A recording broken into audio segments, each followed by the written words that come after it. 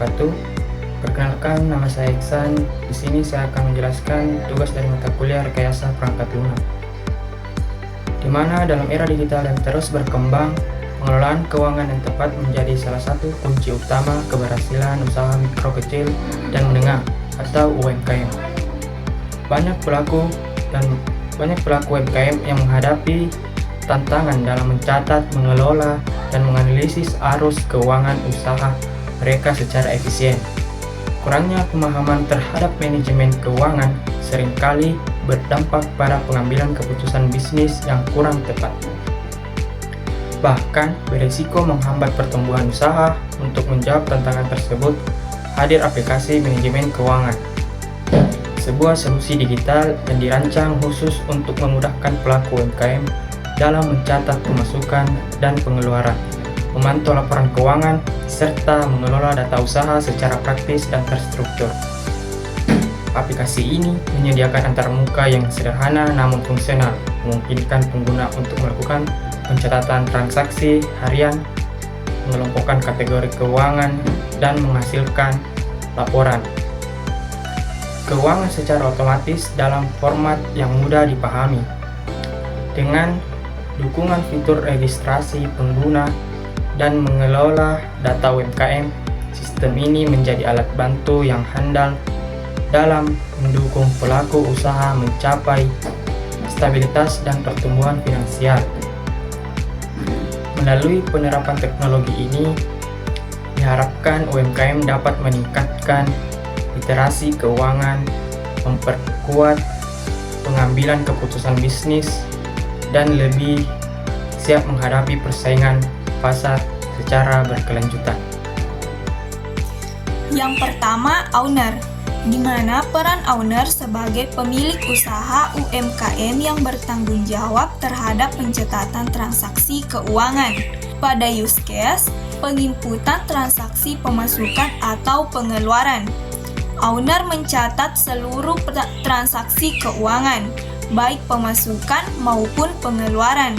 Aktivitas ini penting agar data keuangan dapat diolah lebih lanjut oleh sistem dan aktor lain seperti akuntan.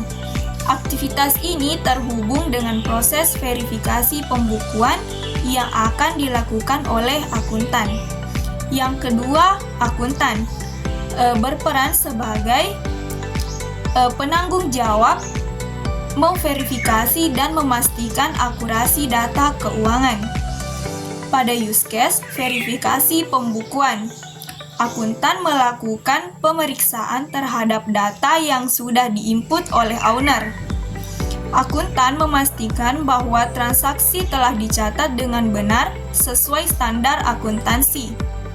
Proses ini sangat penting untuk validasi keuangan, termasuk sebelum laporan keuangan disusun. Use case ini juga menginclude aktivitas dari kirim invoice pembelian yang dikirim oleh supplier dan harus divalidasi sebelum masuk ke pembukuan. Ketiga, supplier berperan sebagai pihak penyedia barang atau jasa yang berhubungan dengan pembelian oleh UMKM. Pada use case kirim invoice pembelian, supplier mengirimkan tagihan pembelian kepada sistem. Invoice ini akan digunakan oleh sistem untuk mencatat utang atau pengeluaran. Invoice akan diverifikasi oleh akuntan dan digunakan untuk proses pembukuan serta konfirmasi transaksi ke pihak bank. Keempat, pihak bank yang berperan sebagai pihak eksternal yang menangani konfirmasi transaksi pembayaran pembelian. Pada use case konfirmasi transaksi pembelian, pihak bank memberikan konfirmasi terkait pembayaran transaksi yang dilakukan oleh UMKM. Informasi ini penting agar pembukuan mencerminkan transaksi yang benar-benar terjadi atau actually payment. Konfirmasi ini terhubung ke sistem dan mempengaruhi status invoice yang dikirim supplier. Use case tambahan, login. Pada login, semua aktor melakukan login terlebih dahulu untuk bisa mengakses fungsi mereka masing-masing. Ini adalah langkah keamanan awal agar data transaksi dan keuangan hanya bisa diakses oleh pengguna yang berwenang. Aplikasi manajemen keuangan UMKM, sistem terlibat secara aktif dalam seluruh proses, mulai dari pencatatan, verifikasi, hingga integrasi dengan pihak eksternal seperti bank. Bertindak sebagai pusat manajemen data dan aktivitas keuangan UMKM secara digital dan terintegrasi. Baik, di sini saya akan membahas tentang diagram alur UED.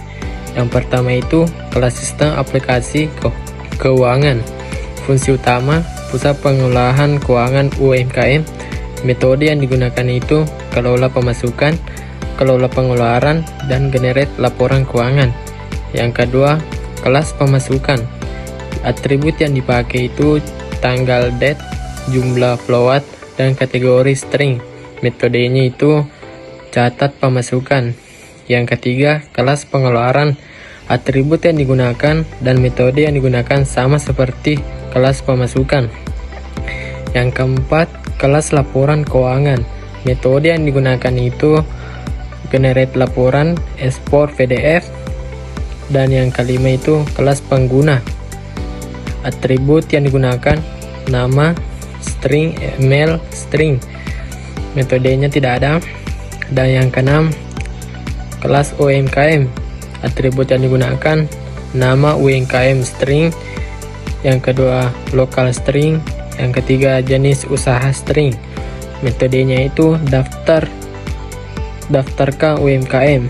Yang ketujuh, kelas biaya, superkelas, dan pengeluaran. Tidak memiliki atribut atau metode, berfungsi sebagai superkelas umum. Yang kedelapan, kelas penghasilan, superkelas, dan pemasukan. Sama seperti biaya, tidak memiliki atribut atau metode, hanya sebagai superkelas. Relasi antar kelas, komposisinya itu sistem aplikasi keuangan terdiri dari pemasukan, pengeluaran, laporan keuangan. Interface, pengeluaran mewarisi dari biaya, dan pemasukan mewarisi dari penghasilan. Sekian dari saya, terima kasih. Baik, dalam video ini saya akan menjelaskan antarmuka pengguna dari aplikasi Sikuku, di mana tampilan awal ini memperkenalkan nama aplikasi kami yang bernama Sikuku dengan jelas di bagian atas. Selanjutnya kita lanjut ke bagian login, di mana pengguna diminta untuk memasukkan email dan kata sandi untuk menuju ke halaman berikutnya. Di mana halaman berikutnya itu halaman dashboard, di mana setelah pengguna berhasil login, pengguna masuk ke halaman dashboard. Di sini tersedia ringkasan informasi keuangan yang ditampilkan secara langsung dan real time. Terdapat 4 indikator utama, yaitu pendapatan, pengeluaran, keuntungan, dan pertumbuhan. Selanjutnya tampilan laporan keuangan,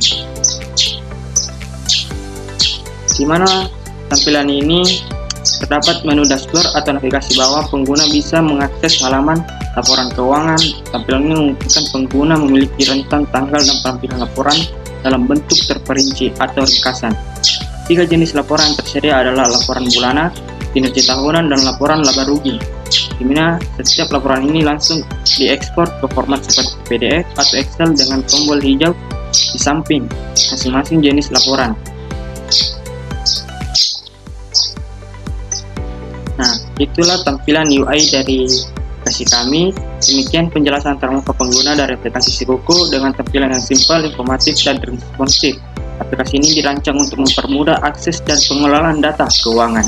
Terima kasih. Wassalamualaikum warahmatullahi wabarakatuh.